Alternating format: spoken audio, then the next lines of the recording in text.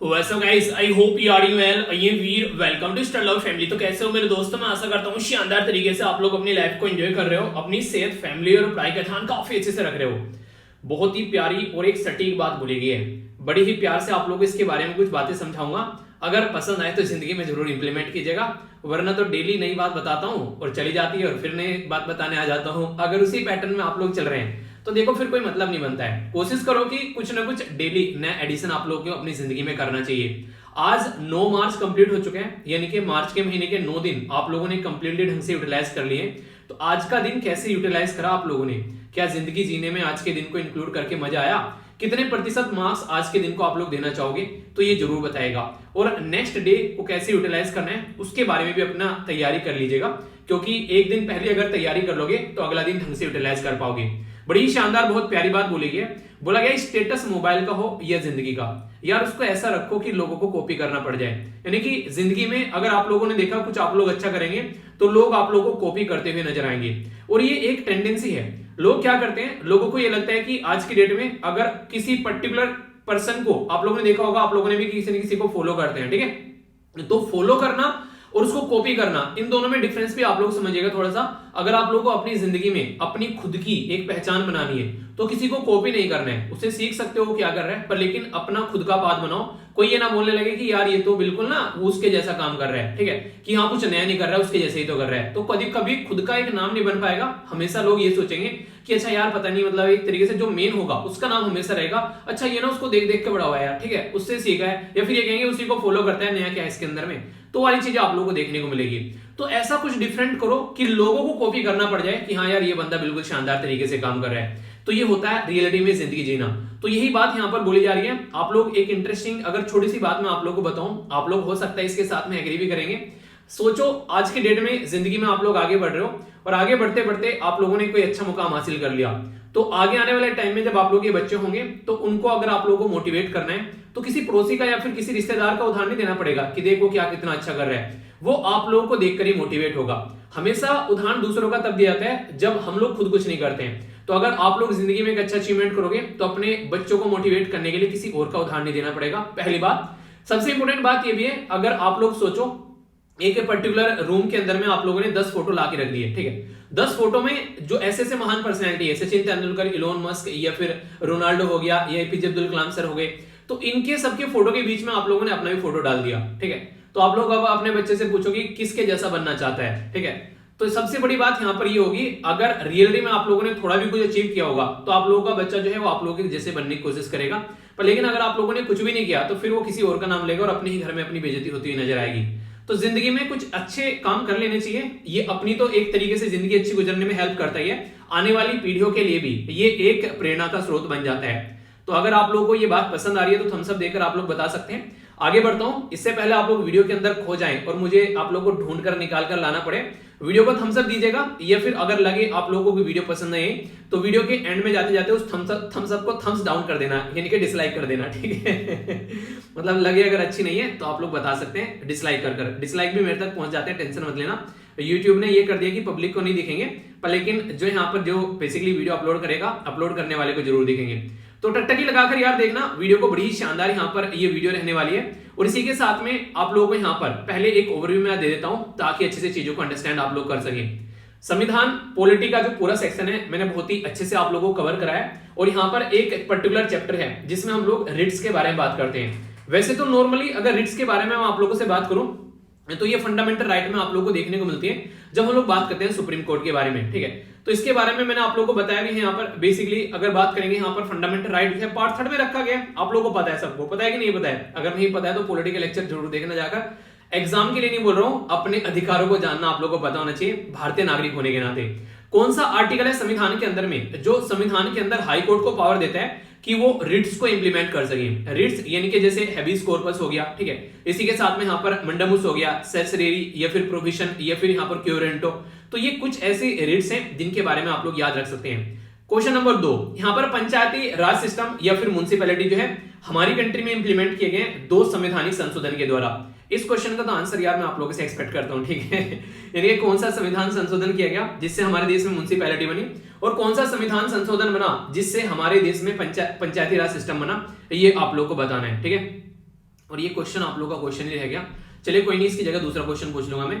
यहाँ पर बेसिकली महाराष्ट्र एक ऐसा राज्य है जहां पर दो कैपिटल नॉर्मली आप लोगों को देखने को मिलती है, एक है मुंबई और दूसरी है नागपुर, ठीक है। तो एक जगह आप लोगों को विंटर सेशन भी देखने को मिलते हैं यहाँ पर स्टेट असेंबली का। चलिए ये तो मैंने आप लोगों को बता दिया। एक और ऐसा राज्य आप लोगों को बताना है जहां पर दो कैपिटल आप लोगों को देखने को मिलेगी, तो ये क्वेश्चन है। और एक ऐसी कंट्री बतानी है जहां पर तीन कैपिटल आप लोगों को देखने को मिलेगी। ये अच्छा क्वेश्चन है। अभी मैंने आप लोगों को पढ़ाया था, एक आर्टिकल है, डिटेल में डिस्कस करने वाला हूं। हमारी कंट्री में एक मिनिस्टर साहब हैं जिनका नाम है श्री सर्बानंद सोनोवाल। आप लोगों को ये बताना है कौन सी मिनिस्ट्री है इनके पास में, आखिर क्या कारनामा कर दिया, बड़ा ही शानदार कारनामा किया यार। ब्रह्मपुत्रा के यहाँ पर बेसिकली जो कनेक्टिविटी है वो गंगा रिवर के साथ में बना दी। तो पूरा वाटर बेस के बारे में बात करूंगा, कौन कौन सी अथॉरिटी कैसे कैसे काम कर रही है और बांग्लादेश के साथ में इससे कनेक्टिविटी से हमको क्या फायदा होगा, और भी कई सारी तमाम बातें मैं आप लोगों को यहाँ पर बताऊंगा। तो बड़ा ही प्यारा सा ये आर्टिकल रहने वाला है, अच्छे से इसको एंजॉय कीजिएगा। आगे बात करें, यहाँ पर बात की जा रही है इनलैंड वाटरवेज अथॉरिटीज के बारे में। तो ये एक स्टैट्यूटरी अथॉरिटी है, ठीक है। तो यहाँ पर कौन सा एक्ट है इसके बारे में आप लोगों को बताना है जिसके थ्रू इसको इंप्लीमेंट किया गया है।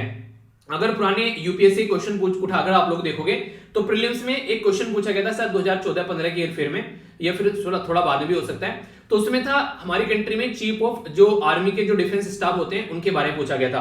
पर लेकिन आज मैं आप लोगों से एयरफोर्स के बारे में यहाँ पर बात करूंगा। प्रेजेंट टाइम पर एयरफोर्स के जो यहाँ पर चीफ ऑफ डिफेंस स्टाफ जो एयरफोर्स के बारे में बात करेगा आप लोग यहाँ पर, तो यहाँ पर एयरफोर्स के जो चीफ है, ठीक है। तो चीफ ऑफ डिफेंस स्टाफ तो अलग पोस्ट हो गई अभी, तो एयरफोर्स के जो चीफ है, ठीक है, तो उनके बारे में हम लोग बात करेंगे। तो यहाँ पर आज के में कौन है यहाँ पर, तो मार्शल विवेक राम चौधरी। तो इससे पहले कौन थे, इनसे पहले आप लोग को ये बताना है। एक पर्टिकुलर स्कीम है और ये स्कीम मैं 100% लिख कर दे सकता हूं, इसका आंसर जो है मैक्सिमम लोग गलत देंगे, ठीक है। चलिए ट्राई कीजिएगा आप लोग यहाँ पर। स्वतंत्रता सैनिक जहां पर सम्मान योजना है जिसको SSSY बोला गया है, ये कौन सी मिनिस्ट्री के द्वारा इंप्लीमेंट की जाती है, तो कम आ रही है आप लोग, इसी मिनिस्ट्री के अंदर में फ्रीडम फाइटर डिवीजन भी आता है, ठीक है। तो तुक्का आप लोगों को मारना है, देखता हूं किसका तुक्का सटीक लगता है, ठीक है। जिसका तुक्का सटीक लगेगा वो फिर अपनी पीठ थपथपाना, ठीक है। तो ये आर्टिकल भी आप लोगों से डिस्कस करूंगा आखिर क्यों है न्यूज में, तो वो भी कई सारी बातें मैं आप लोगों को बताने वाला हूं, ठीक है। तो काफी प्यारा, काफी इंटरेस्टिंग और शानदार ये डिस्कशन रहेगा। एक एक पॉइंट जो है वो डिटेल में डिस्कस करूंगा, तो अच्छे से देखिएगा। आगे बढ़ते हैं। यहाँ पर सबसे पहले एक इंपोर्टेंट डे के बारे में मैं आप लोगों से बात करूंगा, और इंपोर्टेंट डे क्या है यहाँ पर, ये बेसिकली बात करें CISF के बारे में। CISF के बारे में आप लोगों ने सुना होगा बहुत ही अच्छे से, अगर आप लोग बेसिकली पैरामिलिट्री फोर्सेस की तैयारी कर रहे हैं तो कई सारे लोगों का एक तरीके से सपना होता है यार CISF में जाया जाए, ठीक है। तो CISF को बोलते हैं, पहले फुल फॉर्म पता होना चाहिए, सेंट्रल इंडस्ट्रियल सिक्योरिटी फोर्स। तो नाम में आप लोग देखिए सेंट्रल, यानी कि सेंट्रल गवर्नमेंट के अंदर में इंडस्ट्रियल सिक्योरिटी, यानी कि जो इंडस्ट्री है उनकी सिक्योरिटी करने वाली एक फोर्स है हमारे देश के अंदर में।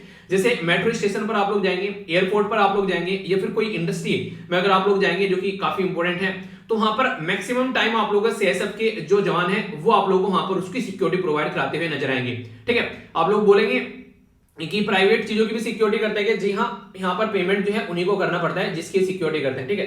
तो यहाँ पर ट्रेनिंग जो है आप लोगों को पता है, पैरामिलिट्री फोर्सेस की जितनी सारी बातें होती हैं, ये पर्टिकुलर मिनिस्ट्री है जिसका नाम है होम मिनिस्ट्री, यानी कि अमित शाह जी के अंडर में आप लोगों को ये मिनिस्ट्री देखने को मिलेगी। तो उनके अध्यक्षता में सारी चीजें यहाँ से निकल कर आती है। तो सेंट्रल आर्म पुलिस फोर्स बोलते हैं नॉर्मली। तो सेंट्रल आर्म पुलिस फोर्स कई सारी फोर्सेज हैं, जैसे यहाँ पर BSF हो गया, CRPF हो गया, ऐसे यहाँ पर इसमें से एक CISF है। तो यहाँ पर ये one of the central arm police force है जो कि होम मिनिस्ट्री के अंडर में आती है, और इसको 1969 में यानी कि 1969 में बनाया गया था 10 मार्च के दिन। तो इसलिए 10 मार्च जो है यहाँ पर इसका राइजिंग डे जो है वो सेलिब्रेट किया जाता है। आज की डेट में स्ट्रेंथ के बारे में बात करें तो काफी सारे एरिया ऐसे हैं जहां पर ये अलग अलग एरिया में स्ट्रेंथ प्रोवाइड कराते हैं, जैसे कई सारे पब्लिक सेक्टर अंडरटेकिंग हो गए, मैंने अभी मेट्रो के बारे में आप लोगों को बताया।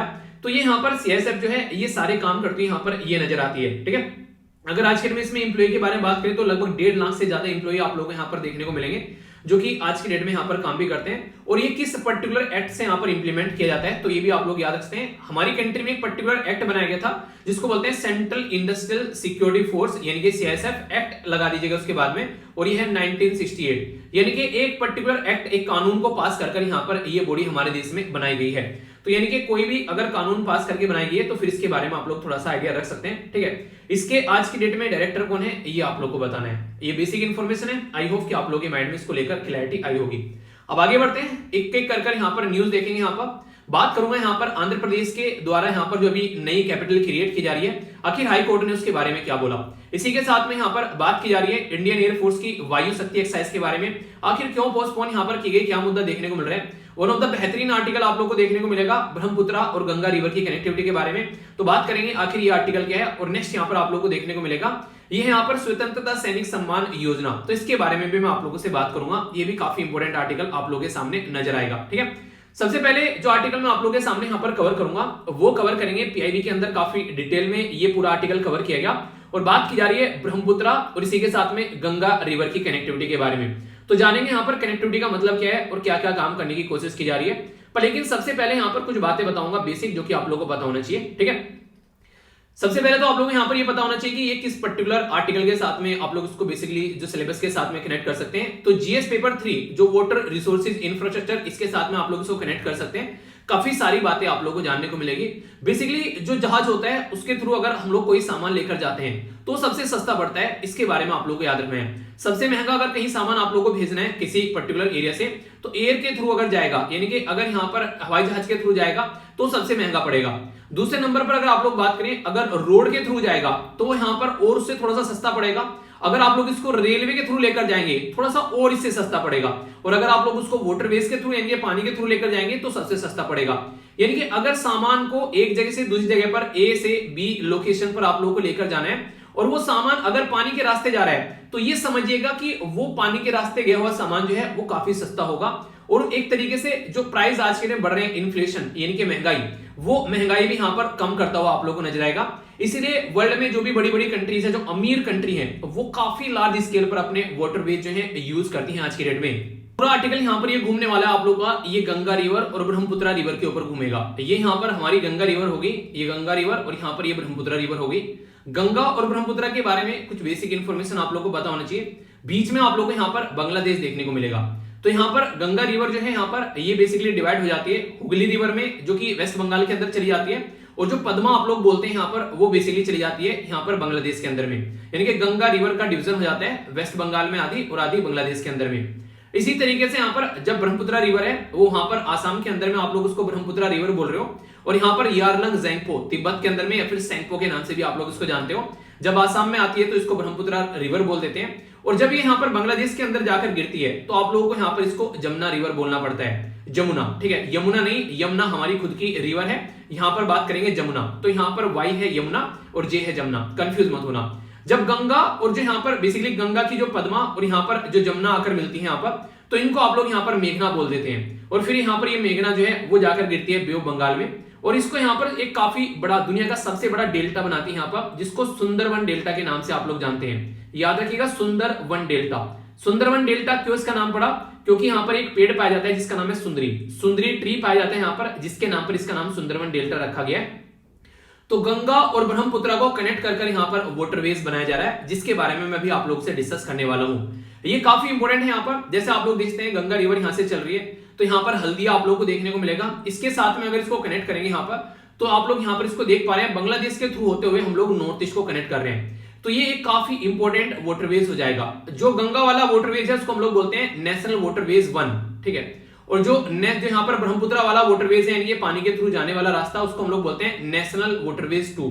अभी यहाँ पर इसको स्टार्ट किया गया है। तो यहाँ पर अगर आप लोग बात करेंगे तो हमारी कंट्री में एम.वी. राम प्रसाद बिस्मिल, किसी के साथ में यहाँ पर अगर बात करें कल्पना चावला, यहाँ पर इसी के साथ में एपीजे अब्दुल कलाम सर, ठीक है। तो इनके नाम पर जो जहाज के नाम रखे गए यहाँ पर, उनको यहाँ पर भेजा गया था 17 फरवरी से, और अभी यहाँ पर इनको आगे ले गया गया है। यानी कि एक तरीके से यहाँ पर ये रास्ता बनाने की कोशिश की जा रही है कि ऐसा कुछ करेंगे। तो इसको हरी झंडी यहाँ पर अभी दिखाई गई है, जिसकी वजह से यहाँ पर ये न्यूज में है। ये सारा काम किसके द्वारा किया जा रहा है? हमारी कंट्री में मिनिस्ट्री है जिसको पोर्ट शिपिंग एंड वाटरवेज आप लोग बोलते हैं, और ये श्री सर्बानंद सोनोवाल जी के अंडर में आती है। तो इसके द्वारा यहाँ पर जो नेशनल वाटरवेज 2 है उसको नेशनल वाटरवेज 1, यानी कि हमारी कंट्री में जो जलमार्ग 1 है उसको जलमार्ग 2 के साथ में कनेक्ट करने की बात इनके द्वारा की गई है।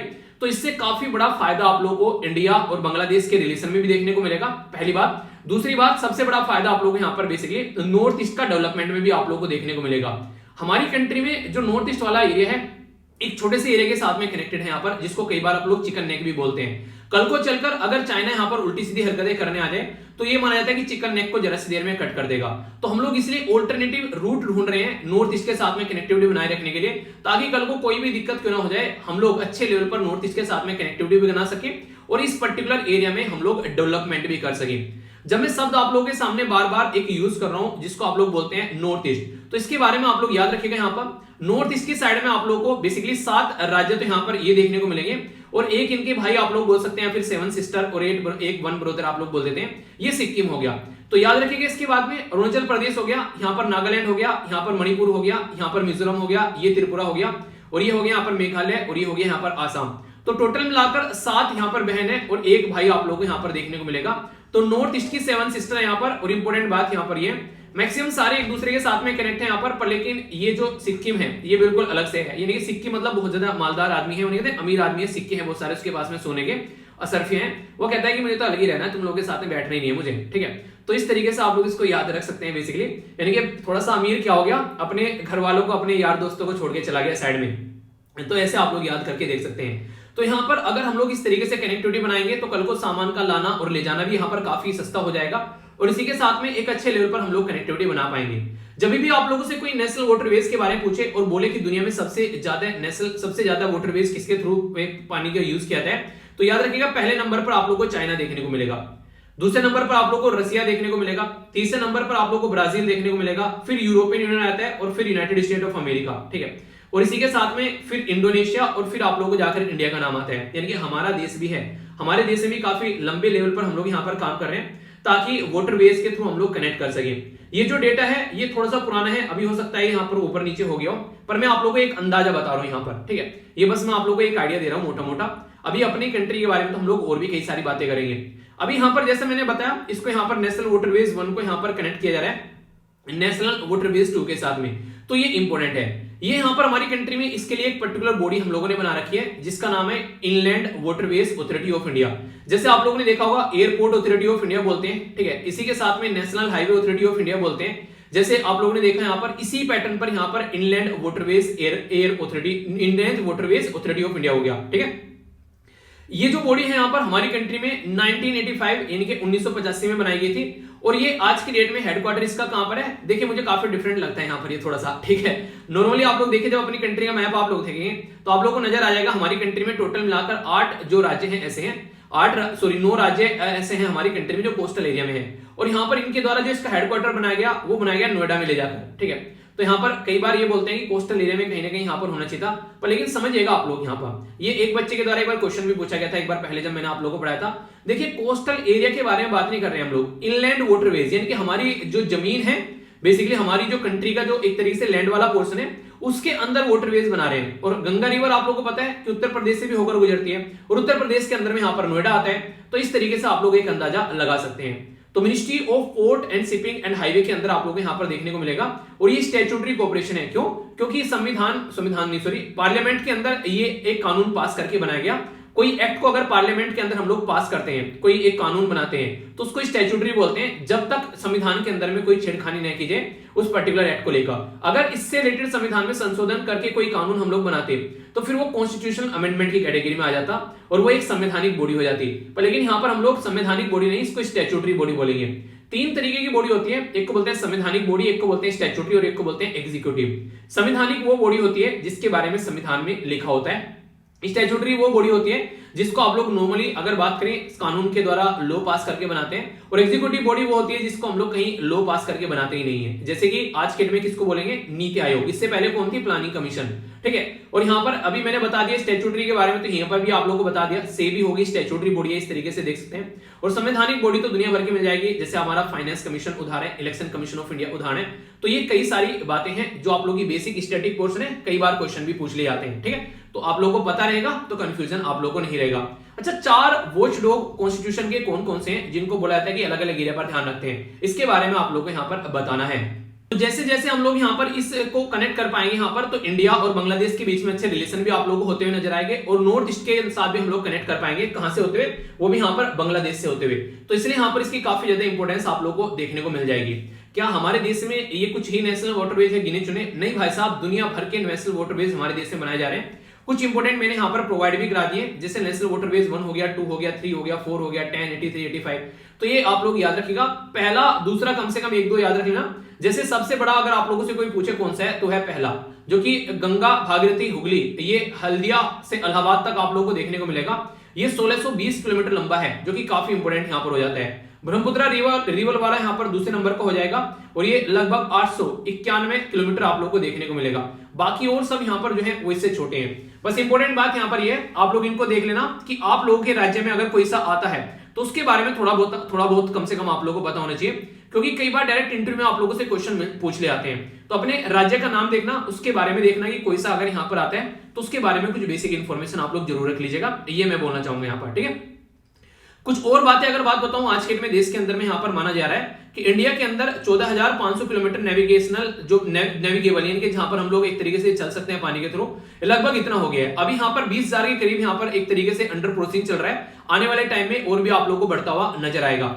हमारी कंट्री में नेशनल वाटरवेज एक्ट लाया गया 2016 में, इसके चलते 111 वाटरवेज डिक्लेयर किए गए जिनको नेशनल वाटरवेज बनाना है, जैसे मैंने अभी आप लोगों को बताया भी था। नेशनल वाटरवेज यानी कि जलमार्ग जो है यहाँ पर, ये सबसे बड़ा आप लोगों को बताया मैंने, ये पहले नंबर का है, तो ये सबसे बड़ा है यहाँ पर ये, ठीक है, जिसकी लेंथ लगभग 1620 किलोमीटर देखने को मिलेगी। तो लॉन्गेस्ट वाटरवेज अगर कोई आप लोगों से क्वेश्चन पूछ ले कौन सा है देश के अंदर में, तो वो गंगा रिवर का है। तो ये कंफ्यूजन आप लोगों को नहीं होना चाहिए। Inland waterways authority of India जो है वो इसको इंप्लीमेंट करती है, जिसके बारे में अभी आप लोगों से बात करी। कहां पर हेडक्वार्टर, ये इसका नोएडा में आप लोगों को हेडक्वार्टर देखने को मिलेगा। जलमार्ग विकास प्रोजेक्ट जो है यहाँ पर, वो बेसिकली यहाँ पर नेविगेशन को लेकर आगे लेकर चल रहा है, जिसके चलते हम लोग काम कर रहे हैं। और एक पर्टिकुलर बैंक है यहाँ पर दुनिया का, जिसका नाम है वर्ल्ड बैंक। ये ऐसे बैकग्राउंड में क्वेश्चन आप लोगों से बड़ी जल्दी पूछे जाते हैं। तो वर्ल्ड बैंक जो है यहाँ पर ये हेल्प प्रोवाइड करा रहा है चीजों को इंप्लीमेंट करने में। आखिर क्यों? क्योंकि हमारी कंट्री में काफी सारा सामान जो है हम लोग यहाँ पर लगभग 55 मिलियन टन जो कार्गो है वो यहाँ पर मूव किया जाता है एनुअली। तो इनलैंड जो वाटरवेज ट्रांसपोर्ट है यहाँ पर उसके थ्रू तो फुल फ्यूल इफिशिएंट है। तो अगर और भी हम लोग आगे यूज करेंगे तो इन्वायरमेंट फ्रेंडली भी रहेगा, एक तो ज्यादा इन्वायरमेंट को नुकसान नहीं पहुंचाएगा, और ऊपर से हमारी कंट्री में भी बाहर से हम लोग को जो डिपेंडेंसी रहती है, बहुत सारा तेल वगैरह खर्च होता है, उसमें भी कमी आएगी। लगभग 85% हम अपना क्रूड ऑयल कच्चा तेल जो है वो बाहर से खरीद कर लेकर आते हैं, तो कहीं ना कहीं उसमें भी थोड़ी बहुत आप लोगों को यहाँ पर कमी होती नजर आएगी। तो ये इंपॉर्टेंट फैक्ट जो आप लोग याद रखेगा। एक और मैं आप लोग बात बताता हूँ, roll off roll on roro service इसको बेसिकली बोलते हैं। अगर बात करें यहाँ पर एक रिवर है, एक रिवर ऐसी आप लोगों को देखने को मिलेगी, इधर रिवर बह रही है, ठीक है, इस तरीके से रिवर जो है बहती जा रही है। अब यहाँ पर एक बहुत काफी बड़ी सिटी है यहाँ पर, जो कि आज के में एक तरीके से इंडस्ट्रियल एक्टिविटीज के लिए जानी जाती है।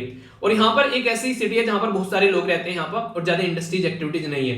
अगर इस सिटी में से इस सिटी में काम करने के लिए जाना है तो यहाँ पर 150 किलोमीटर घूमकर आना पड़ता है, वहां पर कोई रास्ता है, तब जाकर यहाँ पर इंसान जो है जा पाता है। सोचो अगर ऐसा हो कि रिवर बहुत बड़ी हो और पुल बनाना भी काफी महंगा पड़े और अब तक कोई कनेक्टिविटी नहीं हो, तो यहाँ पर ऐसे बड़े बड़े जहाज फिर लगा दिए जाते हैं। ये जो जहाज रहते हैं इनमें गाड़ी जाती है और लोग जो है अपनी गाड़ियां भरते हैं इसमें, और यहाँ से जाकर एक कोने से दूसरे कोने पर जाकर उतर जाते हैं, अपना पूरे दिन काम करते हैं और फिर यहाँ पर वापसी यहाँ पर आ जाते हैं। तो सोचो यहाँ पर ये अगर कोई ऐसा है 150 किलोमीटर का रास्ता, कुछ यहाँ पर ऐसे ही कर दिया 5-7 किलोमीटर का रास्ते में, तो ये ऐसी सर्विस यहाँ पर प्रोवाइड कराई जाती है जिसके तहत यहाँ पर बहुत सारी एक्टिविटीज की जाती है, ठीक है। तो ये वो बेसिक चीजें जो कि आप लोगों को पता होना चाहिए, कई बार इनसे डायरेक्ट क्वेश्चन पूछ ले आते हैं। अभी एक और एक्स्ट्रा बता देता हूं आप लोगों को यहाँ पर, इससे भी अगर क्वेश्चन बन जाए। एक गति शक्ति के नाम से एक मास्टर प्लान है, जिसके चलते हमारे देश में बहुत सारी चीजें कनेक्ट की जा रही है। इसमें से एक है यहाँ पर रोडवेज कैपेसिटी, तो उसको भी इंक्रीज करने की बात की जा रही है। रेलवेज ट्रांसपोर्ट कार्गो कैपेसिटी के बारे में बात करें, उसको भी इंक्रीज करने की बात की जा रही है। रिन्यूएबल एनर्जी के ऊपर फोकस करने की बात की जा रही है, ठीक है। नए एयरपोर्ट,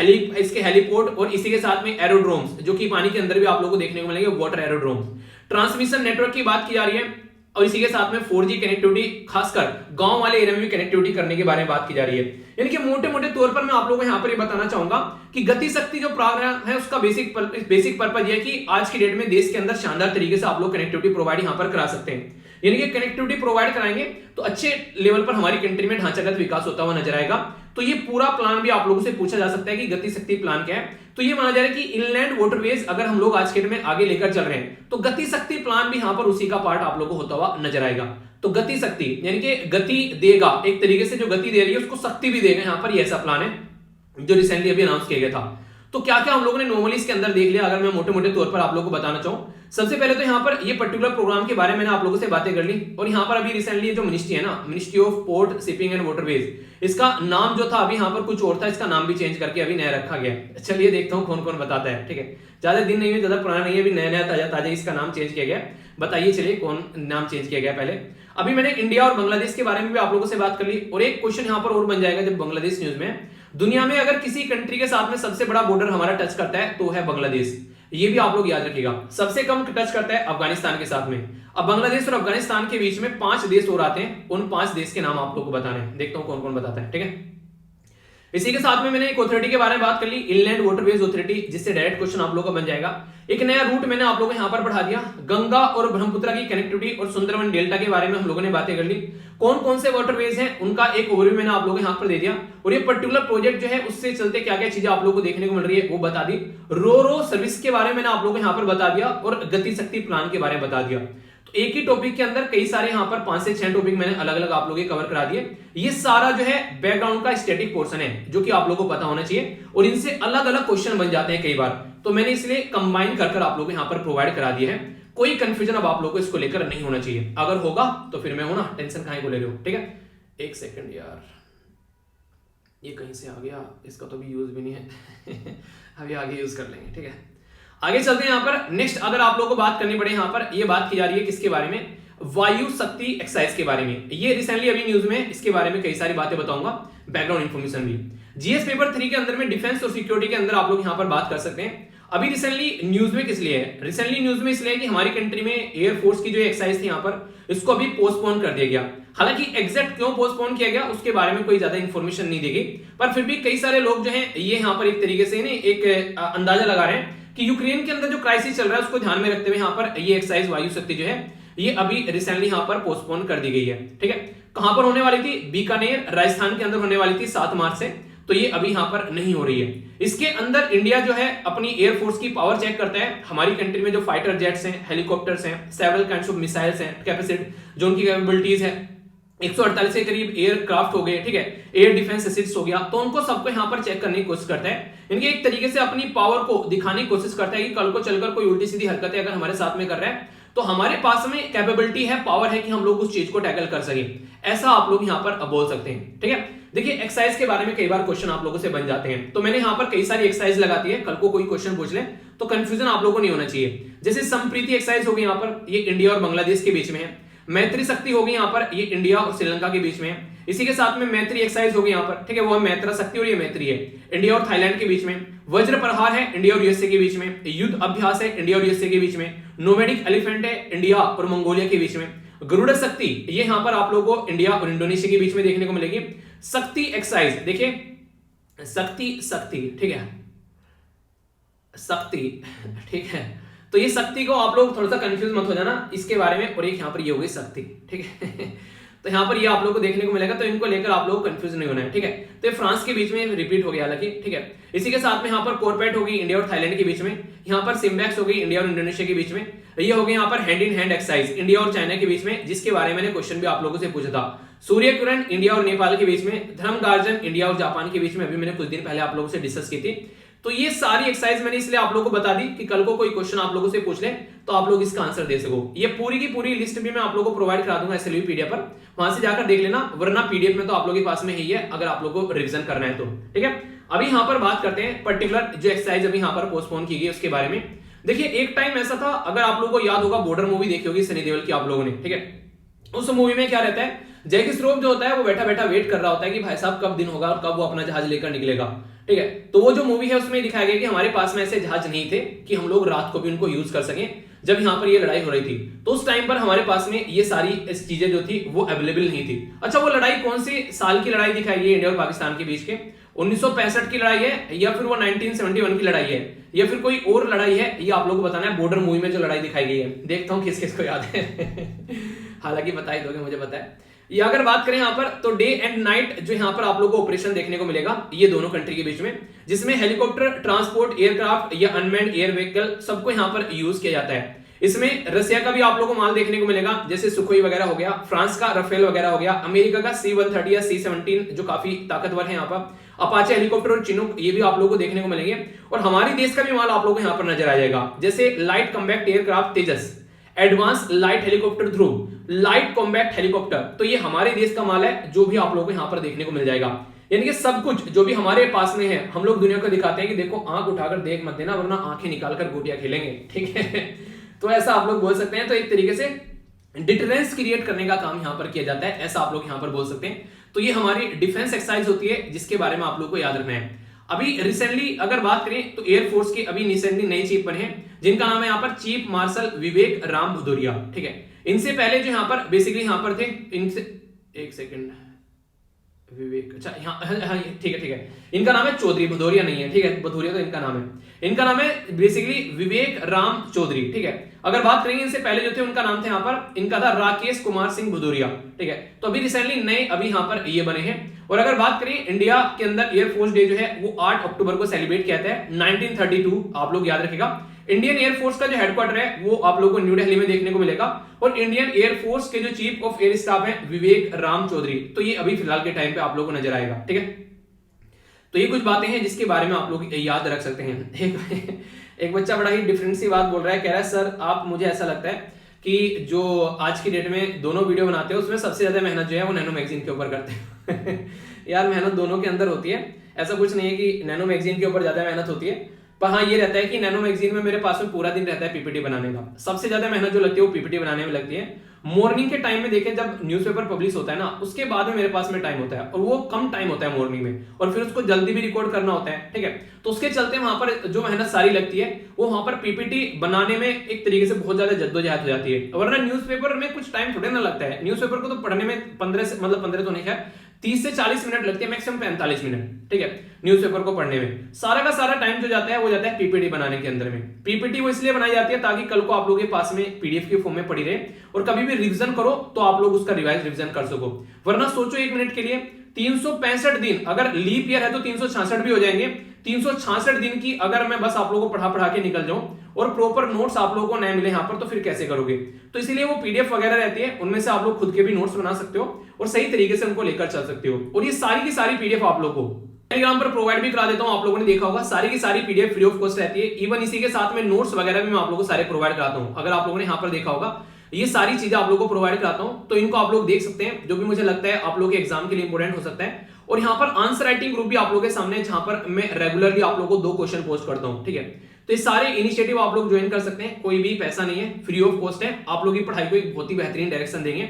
बहुत सारे सीरियस बच्चे यहाँ पर जुड़े हुए हैं, तो इसको आप लोग पार्ट बना सकते हैं। थोड़ा सा एक्स्ट्रा और जानना चाहते हैं यहाँ पर, अभी जो चीफ ऑफ एयर स्टाफ बने हैं वो है 27। ठीक है, इसके चलते यहाँ पर 4 पुराने और मैंने आप लोगों को यहाँ पर बता दिए। यहाँ पर 23 अनिल थे, अनिल कुमार, इसी के साथ में अरूप रहा थे 24, 25 जो थे यहाँ पर वीरेंद्र सिंह धनोआ थे, और 26 जो है इनके भदौरिया साहब के बारे में मैंने अभी आप लोगों को बता ही दिया। ठीक है, तो ये टोटल 4 और बता दिए, टोटल मिलाकर 5 बता दिए मैंने अभी रिसेंटली जो एयर के चीफ स्टाफ बने। ठीक है, तो ये बेसिक इन्फॉर्मेशन थी, कुछ फैक्चुअल इन्फॉर्मेशन थी। आई होप कि आप लोग इसके साथ में अपने आप को कनेक्ट कर पाएंगे और चीजों को लंबे समय तक याद रख पाएंगे। ओके, इंपॉर्टेंट आर्टिकल है, कुछ स्टैटिक पोर्शन भी यहां पर आप लोगों का कवर करूंगा, काफी डिटेल में ये आर्टिकल डिस्कस करूंगा, ताकि एक एक पॉइंट आप लोगों का क्लियर हो जाए, कोई भी माइंड में कंफ्यूजन न रहे। ठीक है, तो ये इंडियन एक्सप्रेस के अंदर काफी डिटेल में आर्टिकल कवर किया गया, इतने ही डिटेल में अब मैं आप लोगों को इसको पढ़ाने वाला हूं, वो भी मजे ले लेकर। ठीक है, आर्टिकल जो है यहाँ पर जीएस पेपर 2 के साथ में कनेक्ट कर सकते हैं। अगर बात करें इंडियन कॉन्स्टिट्यूशन, स्टेट लेजिस्लेचर या फिर जुडिशरी से रिलेटेड आप लोगों को यहाँ पर ये आर्टिकल बन सकता है। अभी हुआ क्या, आंध्र प्रदेश हमारी कंट्री में एक राज्य है, साउथ इंडिया के अंदर आप लोगों को देखने को मिलेगा। अगर मैप में थोड़ा सा दिखा दूं तो आप लोग कंफ्यूज नहीं हो पाएंगे। फिर आंध्र प्रदेश आप लोग यहां पर देख सकते हैं, आंध्र प्रदेश से तेलंगाना अलग कर एक नया स्टेट बनाया गया था 2014 के अंदर में। आज की डेट में आंध्र प्रदेश और तेलंगाना अलग अलग राज्य बन चुके थे। अब यहां पर कैपिटल हो गई हैदराबाद। हैदराबाद थी पहले आंध्र प्रदेश की, दोनों की मिलाकर, पर वो जो कैपिटल है अभी हैदराबाद के अंदर चलेगी।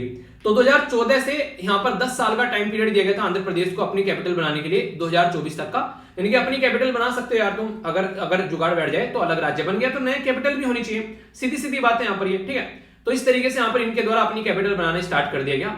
तो जो उस टाइम पर चीफ मिनिस्टर थे उनके द्वारा काफी ज्यादा मेहनत करके बहुत कुछ यहाँ पर जुगाड़ करके चूज किया एक पर्टिकुलर एरिया को, जिसका नाम था अमरावती। उनके द्वारा किया गया कि शानदार तरीके से अमरावती में डेवलपमेंट करेंगे, और एक शानदार तरीके का अमरावती में डेवलपमेंट भी उनके द्वारा स्टार्ट कर दिया गया। और बोला कि इतनी शानदार आलीशान कैपिटल बनाएंगे कि दुनिया जो है वो देखते रह जाएगी। उन्होंने दूर दराज वाले एरिया से, पता नहीं कहां से, मतलब इस तरीके से कि कैपिटल बनानी है, तो बहुत सारे बड़े बड़े लोग, कई सारे जापानीज, सिंगापुर से भी बहुत सारे लोग मतलब बुला लिए, ताकि कल को चल के कैपिटल बनाए तो एक शानदार तरीके की कैपिटल यहां पर ये बना पाए। तो पूरा उसमें डेवलपमेंट का काम स्टार्ट कर दिया। भाई साहब कैपिटल बनानी है आप लोगों को, अगर आज की डेट में, तो इसके लिए आप लोगों को जमीन खरीदनी पड़ेगी। तो वहां पर बहुत सारी ऐसी जमीन भी थी, जो मैंने कई बार आप लोगों से आर्टिकल भी डिस्कस किए थे कि आंध्र प्रदेश के अंदर दिक्कत ये चल रही है कि एग्रीकल्चर वाली लैंड यहां पर ली जा रही है कैपिटल बनाने के लिए। तो उसके चलते ये बात की जा रही थी कि एग्रीकल्चर वाली लैंड क्यों ले रहे हो, तो उसके बारे में कई सारे मुद्दे मैंने आप लोगों से डिस्कस भी किए थे उस टाइम पर भी। तो ये कंडीशन यहां पर देखने को मिल रही थी। एक पर्टिकुलर कानून भी बनाया गया था जिसको बोला गया आंध्र प्रदेश डिसेंट्रलाइजेशन एंड, जो बेसिकली यहां पर, सॉरी ये नहीं था, दूसरा कानून था एक और, ये तो अभी रिसेंटली यहां पर आया जिसमें यहां पर सुप्रीम कोर्ट जो है, सॉरी हाई कोर्ट जो है खत्म कर रहा है। वो था यहां पर कैपिटल रीजनल डेवलपमेंट अथॉरिटी, उसके बारे में भी आप लोगों से बात करूंगा मैं, ठीक है। तो ये सारी चीजें जो है पुरानी वाली गवर्नमेंट करके चलेगी। किसानों से जमीन वमीन ले ली, पूरा यहां पर क्या क्या डेवलपमेंट करना है वो सारा जुगाड़ कर लिया, मतलब पूरा एक खाका तैयार कर दिया।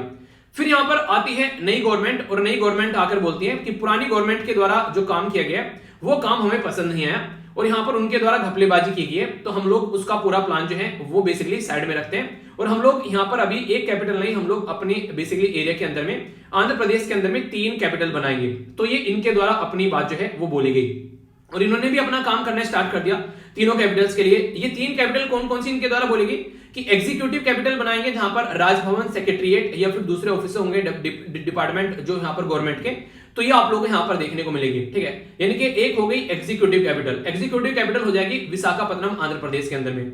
दूसरे नंबर की जो हम लोग कैपिटल बनाने वाले हैं उसको जुडिशरी कैपिटल बनाएंगे, यानी कि जो जुडिशरी का काम करेगी, तो ये जो होगी जुडिशरी कैपिटल यहां पर, ये आप लोगों को देखने को मिलेगी कहां पर, ये आप लोगों को देखने को मिलेगी बेसिकली कुरनूल के अंदर में, ठीक है। तीसरी जो कैपिटल इनके द्वारा बनाने की बात की गई वो है अमरावती, जो कि पहले वाली गवर्नमेंट ने बोला था कि मेन यही कैपिटल रहेगी। तो इनके द्वारा बोला गया ये जो बनेगी यहां पर, ये बनेगी लेजिस्लेटिव कैपिटल। लेजिस्लेटिव और जुडिशरी एग्जीक्यूटिव क्या होते हैं, देखिए जो एग्जीक्यूटिव होती है वो बेसिकली बॉडी होती है जो स्कीम्स प्रोग्राम को इंप्लीमेंट करने का काम करती है। यहां पर सारे गवर्नमेंट ऑफिसर जो हैं वो नॉर्मली आप लोगों को बैठते हुए नजर आते हैं, उसको एग्जीक्यूटिव एरिया बोलते हैं, यानी कि इंप्लीमेंट करने वाला एरिया। अगर कल को चलकर आप लोग सेलेक्ट होते हो और गवर्नमेंट के डिपार्टमेंट में जाते हो, तो आप लोग एग्जीक्यूटिव हो गए, यानी कि स्कीम्स को, लॉज को, कानून को इंप्लीमेंट करते हुए आप लोग नजर आओगे, ठीक है।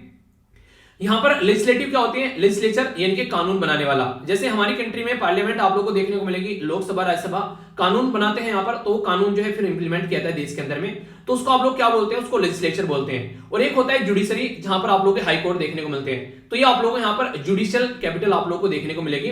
तो ये तीसरे नंबर की होगी। तो इसके अंदर जब ये पूरा प्लान निकल के आया, तो इन्होंने बोला कि पहले वाली गवर्नमेंट ने घपलतबाजी की थी और उसको हम लोग नहीं मानेंगे, हम लोग नए सिरे से अपने प्लान को लेकर चलेंगे। तो इसके चलते लोगों को गुस्सा आया कि यार पहले तो आप लोगों ने दबाकर जमीनें खरीद ली, अब आप लोग यहां पर इसको घपलतबाजी बोल रहे हो और उल्टी सीधी हरकतें कर रहे हो, तो हमारा क्या होगा, हमारी कॉम्पनसेशन का क्या होगा। तो उसके चलते कई सारी बातें यहां पर सामने निकल कर आई। तो पहले हिस्टोरिकल बैकग्राउंड में मैंने सारी बातें बता दी। तो नई गवर्नमेंट लेकर आई यहां पर Andhra Pradesh decentralisation and inclusive development all region bill 2020, ठीक है। तो यानी कि यहां पर पहले वाली गवर्नमेंट के द्वारा जो काम किया गया था उसके सबके ऊपर लीपापोती कर इनके द्वारा बोला गया कि हम तो नया काम करेंगे और अलग अलग कैपिटल यहां पर बनाएंगे।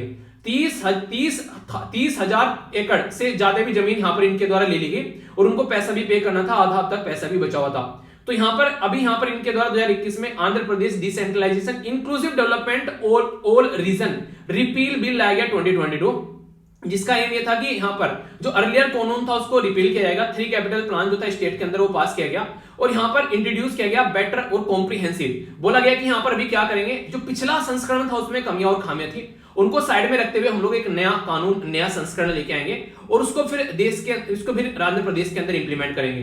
तो जो लोग कोर्ट में पहुंचे थे भाई साहब, उनको बड़ी दिक्कत हुई है सुनकर। उन्होंने बोला कि central region development authority already आप लोग बना चुके थे एक पर्टिकुलर कानून को पास कर और लैंड भी आप लोग यहां पर ले चुके थे, उसके लिए क्या क्या कानून है आप लोग कर चुके थे।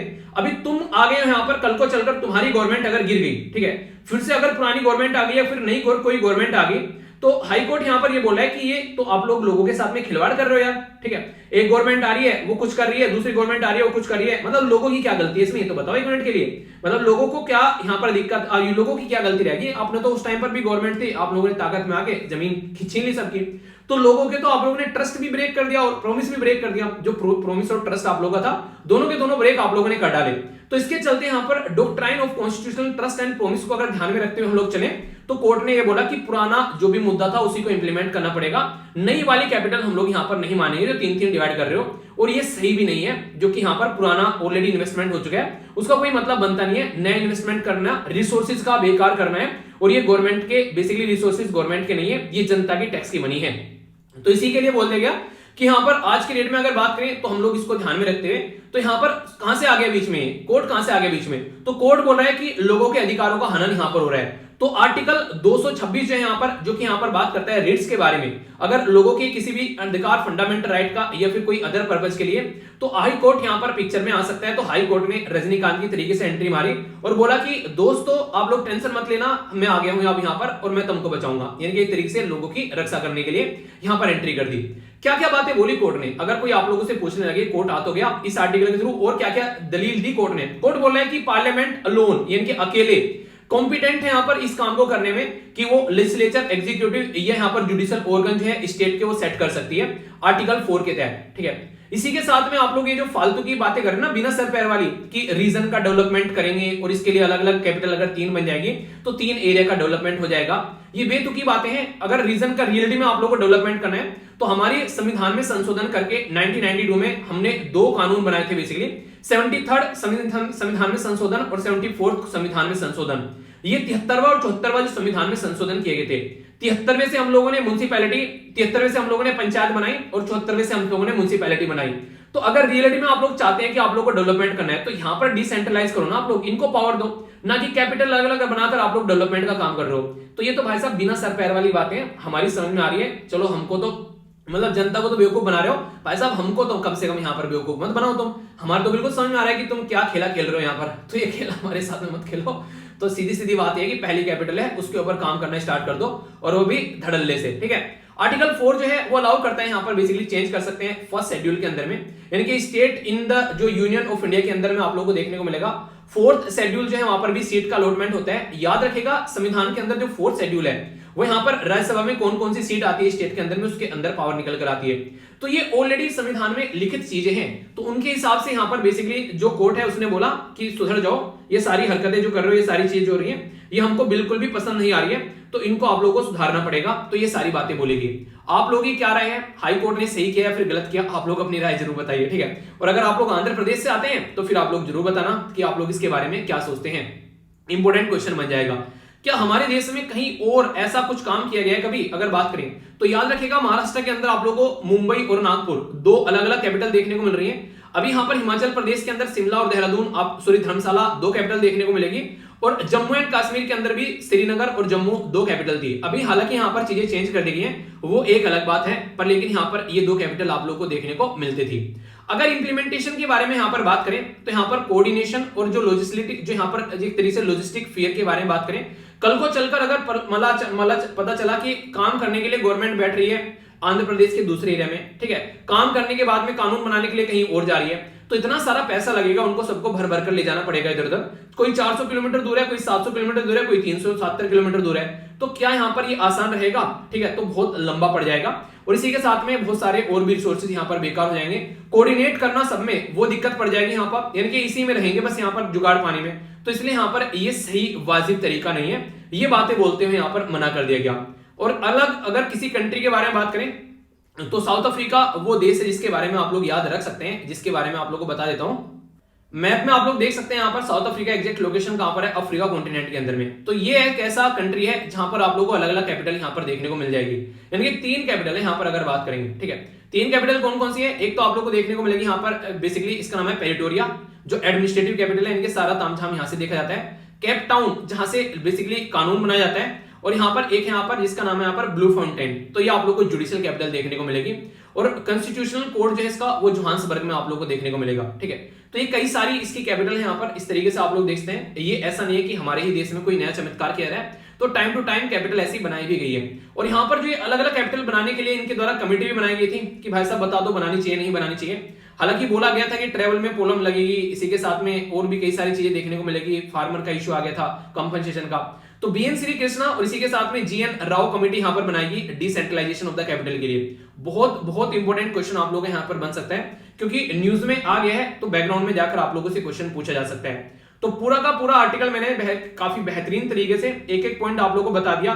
अगर अब भी कोई माइंड में कंफ्यूजन हो तो 2 तरीके हैं। ठीक है, एक तो तरीका यह है कि वीडियो को पीछे कर एक बार फिर से सुन लेना, अगर ध्यान से नहीं सुना है दूसरा ये तरीका है कि आप लोग कमेंट बॉक्स में लिख दीजिएगा कि सर ये डाउट रह गया है, फिर कभी अगर ऐसा टॉपिक या फिर ये टॉपिक रिवाइज करने का बारी आएगी या फिर ऐसा कोई टॉपिक आएगा रिलेटेड, तो उसको मैं वहां पर कवर कर लूंगा, ठीक है। तो इस तरीके से आप लोग समझ सकते हैं। वैसे मैंने यहाँ पर इसके ऊपर आंध्र प्रदेश के ऊपर कई सारे आर्टिकल वैसे बना रखे हैं। एक मैंने स्पेशल कैटेगरी का स्टेटस देने की जब बात की जा रही थी आंध्र प्रदेश को, तो एक आर्टिकल आप लोगों को देखने को मिलेगा, उसको आप लोग जाकर सर्च कर सकते हैं। इनके कई सारे आर्टिकल मैंने ऑलरेडी सिलेक्टेड पढ़ा भी रखे हैं, तो उनको भी जाकर आप लोग देख सकते हैं। तो काफी इंपॉर्टेंट और एक बेहतरीन आर्टिकल आप लोग इसको बोल सकते हैं, जो कि आप लोगों के लिए इंपॉर्टेंट क्वेश्चन भी बन सकता है, ठीक है। बात करेंगे यहां पर प्रेस इंफॉर्मेशन ब्यूरो के बारे में, जिसको पीआईबी बोलते हैं। उसकी एक इंपॉर्टेंट न्यूज है और एक स्कीम आप लोगों की कवर यहां पर हो जाएगी, जिसका नाम है यहां पर स्वतंत्र सैनिक सम्मान योजना, ठीक है। तो स्वतंत्रता के जो सैनिक हैं उनके लिए सम्मान की योजना है, जिसको SSSY बोला गया है। अभी इसको आगे आने वाले फाइनेंशियल ईयर के लिए भी बढ़ा दिया गया है, 2021-22 से लेकर यहाँ पर 25-26 तक अभी ये चलने वाली है। अभी यहाँ पर इसके बारे में मैं आप लोगों से बात करूंगा। स्कीम किसके द्वारा इंप्लीमेंट की जा रही है, तो याद रखिएगा, जैसे मैंने बोला था होम मिनिस्ट्री, लोगों के माइंड में आ रहा होगा डिफेंस मिनिस्ट्री। किसका तुक्का सही लगा पहले तो ये बताइए तुक्का किसका सही लगा है। 3274 रुपए यहाँ पर दिए जाएंगे, बेसिकली करोड़ रुपए, ठीक है। 3274 करोड़ है, 74 रुपए नहीं है। अगर बात करूं यहाँ पर जीएस पेपर 2 और 3 के अंदर आप लोग इसको कवर कर सकते हैं। अभी जो प्रेजेंट गवर्नमेंट है उसके द्वारा यहाँ पर बोला गया कि इस स्कीम को आगे लेकर चला जाएगा। जो स्कीम के लिए यहाँ पर अभी 3000 रुपए खर्च किए जाएंगे, 3000 करोड़ रुपए लगभग। और ये जो स्कीम है यहाँ पर, ये मिनिस्ट्री ऑफ होम अफेयर जो है वो इंप्लीमेंट करती है, जो कि गृह मंत्रालय है, और जो किसके अंडर आते हैं, ये अमित शाह जी के अंडर में आते हैं, ठीक है। तो अमित शाह जी जो है यहाँ पर वो इसको इंप्लीमेंट कराएंगे। और हमारे डिफेंस मिनिस्टर कौन है, वो है आज के डेट में राजनाथ सिंह जी। तो राजनाथ सिंह जी इंप्लीमेंट नहीं करेंगे, अमित शाह जी इसको इंप्लीमेंट करेंगे। अगर बात करूं यहाँ पर गवर्नमेंट के बारे में, तो फ्रीडम फाइटर जो है यहाँ पर बेसिकली ये बोला गया कि काफी इंस्पिरेशनल फिगर है, जिनके द्वारा देश में आज के डेट में काफी सारे, हमारा जो देश आजाद आज के डेट में बैठा हुआ है, तो फ्रीडम फाइटर का काफी बड़ा रोल यहाँ पे रहा। और यहाँ पर उनके ऊपर जो डिपेंडेंट परिवार है उनका ध्यान रखना अब हमारा रेस्पॉन्सिबिलिटी बनती है। तो इस बात को ध्यान में रखते हुए ये स्कीम लॉन्च की गई थी। फ्रीडम फाइटर उनके जो भी यहाँ पर एलिजिबल डिपेंडेंट है उसके लिए यहाँ पर ये स्कीम लॉन्च की गई थी। और आज के डेट में 23,566 लोग ऐसे हैं जिनको यहाँ पर इसके थ्रू सपोर्ट प्रोवाइड कराई जाती है। तो मिनिस्ट्री ऑफ होम अफेयर का जो एक डिवीजन है, जिसका नाम है यहाँ पर फ्रीडम फाइटर डिवीजन, वो यहाँ पर इसको इंप्लीमेंट करता है। तो यहां से एक इंपॉर्टेंट क्वेश्चन आप लोगों के लिए बन सकता है। डिफेंस की भी तैयारी करें तो थोड़ा सा टेक्निकल क्वेश्चन बन जाएगा। आज की डेट में अगर आप लोग गवर्नमेंट के अंदर जाकर काम करते हैं तो डेयरनेस अलाउंस भी आप लोगों को दिया जाता है, जिसको आप लोग महंगाई भत्ता बोलते हैं। और भी कई सारे फायदे, और टाइम टू टाइम आप लोगों की सैलरी भी रिवाइज होती रहती है। तो 2016 से यहाँ पर इसके अंदर डेयरनेस अलाउंस यानी कि महंगाई भत्ता भी ऐड कर दिया गया है। 1980 में यहाँ पर जब लिबरलाइज किया गया स्कीम को, बेसिकली स्वतंत्र सैनिक सम्मान पेंशन स्कीम थी, यहाँ पर इसको इंप्लीमेंट किया जा रहा था। इसका नाम जो था यहाँ पर चेंज करके स्वतंत्र सैनिक सम्मान योजना कर दिया गया, ठीक है। पेंशन स्कीम से इसका नाम योजना कर दिया गया। और यहाँ पर ये आप लोगों को देखने को मिलेगी 2017-18 से। देखिए पेंशन स्कीम अगर चल रही है तो लंबी चलती है, योजना को कई बार गवर्नमेंट बंद कर देती है। तो यहाँ पर अभी हो सकता है इसको बंद करने की कोशिश की जा रही हो, पर लेकिन जो भी है फिलहाल अभी इसको एक्सटेंड कर दिया गया और ये न्यूज में भी आ गई है। तो इसलिए आप लोगों के लिए यहाँ पर क्वेश्चन भी बनना एक लाजमी हो जाता है। तो बेसिक इंफॉर्मेशन है, बड़ी ही प्यारी प्यारी सी, मुझे नहीं लगता कि कोई कंफ्यूजन आप लोगों को इसको लेकर होना चाहिए, ठीक है। तो क्या क्या बातें मैंने आप लोगों से डिस्कस की, अभी एक बार देख लेते हैं। एक मोटिवेशनल कोट हम लोगों ने देखी, काफी इंपोर्टेंट यहाँ पर। एक इंपोर्टेंट डे और बैकग्राउंड इंफॉर्मेशन बता दी सीएसएफ के बारे में सारी, जो कि कोई कंफ्यूजन आप लोगों को नहीं होना चाहिए, ठीक है। आंध्र प्रदेश के बारे में मैंने बहुत सारी बातें बता दी कि क्या मुद्दा है यहाँ पर, कहां से क्या क्या स्टोरी निकल कर आई। इसी के साथ में संविधान में क्या क्या बातें, क्या क्या मुद्दे यहाँ पर चल रहे हैं, बेसिक बैकग्राउंड इंफॉर्मेशन मैंने आप लोगों को बता दी। कौन कौन सी कैपिटल है, कौन कौन सी कमिटी है उसके बारे में बता दिया, कौन कौन सी राज्य है जहां पर और कैपिटल है ऐसी, और कौन सी कंट्री है जहां पर और कैपिटल आप लोगों को देखने को मिलती है। तो सारी चीजें कवर कर ली। इसी के साथ में नेक्स्ट हम लोगों ने यहाँ पर बात की शिपिंग मिनिस्ट्री के बारे में, कहां से क्या क्या कनेक्ट किया जा रहा है, एक अथॉरिटी के बारे में बातें कर ली। इसी के साथ में यहाँ कनेक्टिविटी जो की जा रही है, कौन कौन से जहाज वगैरह यहाँ पर यूज किए जा रहे हैं, बेसिकली गंगा ब्रह्मपुत्र के बारे में बात कर ली। कौन कौन से वाटरवेज है डिटेल में आप लोगों को बता दी। बेसिक इंफॉर्मेशन रोरो सर्विस और गति शक्ति प्रोग्राम के बारे में बातें कर ली। एयरफोर्स से रिलेटेड यहाँ पर ये गति शक्ति प्रोग्राम के बारे में बातें कर ली, इसके बारे में तो जाने जाना। चीफ ऑफ एयरफोर्स के बारे में, और इसी के साथ में कौन कौन सी एक्सरसाइज है वो भी जाना, और पुराने कुछ चीफ के बारे में हम लोगों ने देखा। इसी के साथ में प्रेस इंफॉर्मेशन ब्यूरो में ये गति शक्ति प्रोग्राम के बारे में सारी बैकग्राउंड इंफॉर्मेशन मैंने आप लोगों को दी। तो कोई कंफ्यूजन अब इसको लेकर नहीं होना चाहिए। अब ये क्वेश्चन है जिनको आप लोग को अटेम्प्ट करना है, कौन से आर्टिकल के अंदर आता है, रिट्स वगैरह, हाई कोर्ट के बारे में बात करते हैं। पंचायत और म्युनिसिपैलिटी कौन सा संविधान में संशोधन करके लाई गई ये बताना है, और ये आप लोगों को हो गया। सर्बानंद सोनोवाल कौन सी मिनिस्ट्री के अंडर में आते हैं। इनलैंड वाटरवेज एक्ट ये यहाँ पर कब का है। इसी के साथ में यहाँ पर कौन है chief of defence, chief of air force कौन है फिलहाल आज के डेट में, पहले कौन थे ये आप लोगों से पूछा गया। कौन सी मिनिस्ट्री है तो आप लोग बता दोगे, अभी मैंने काफी फोर्स देकर आप लोगों को बता दिया। अब कुछ क्वेश्चन मैं आप लोगों से पूछता हूं जो बेसिकली कल मैंने आप लोगों को पढ़ाए थे, उसका रिवीजन आप लोगों को हो जाएगा। तो यहाँ पर बताना है कि इंटरनेशनल वुमेन्स डे की थीम, ये बेसिकली जो लॉन्च किया गया, थीम नहीं यहाँ पर आप लोगों को मिनिस्टर बताना है, ठीक है, जिनके द्वारा यहाँ पर लॉन्च किया गया था, जिसका नाम था सामर्थ्य स्कीम। इसी के साथ में यहाँ पर फोर्थ कॉन्फ्रेंस के बारे में पूछा था, कहां पर हुई थी, यहाँ पर वुमेन के बारे में। यहाँ पर आप लोगों ने सीवी रमन साहब के बारे में नोबेल प्राइज और कब मिला था। नेशनल साइंस डे की थीम मैंने पूछी थी, वन रैंक वन पेंशन के बारे में, कमेटी के बारे में बात की थी। एडिशन कौन सा था यहाँ पर, एक्साइज का, दोनों कंट्री के बीच में, वो बातें की थी। तो ये सारा आंसर आप लोगों के सामने यहाँ पर, ये आप लोग देखते हैं, एक एक चीज आप लोगों के माइंड में क्लियर करके, ठीक है। नोबेल प्राइज दिया गया यहाँ पर, ये हो गया, ये बेसिकली चेयरमैन थे इनके यहाँ पर भगत सिंह कोश्यारी, ठीक है। ये 9th एडिशन आप लोगों को देखने को मिलेगा। तो आज का डिस्कशन यहीं पर कंप्लीट करते हैं। मैं आशा करता हूं शानदार तरीके से आप लोगों ने इसको एंजॉय किया होगा। फीडबैक जरूर देना और मॉर्निंग में तैयार रहना लेक्चर के लिए। सारी पीडीएफ यहां से जाकर आप लोग डाउनलोड कर लेना। तो नेक्स्ट लेक्चर में मिलता हूं। बड़ों को नमस्ते, छोटों को प्यार, छोटी सी लाइफ एंजॉय करा। मिलता हूं नेक्स्ट लेक्चर में, तब तक के लिए जय हिंद।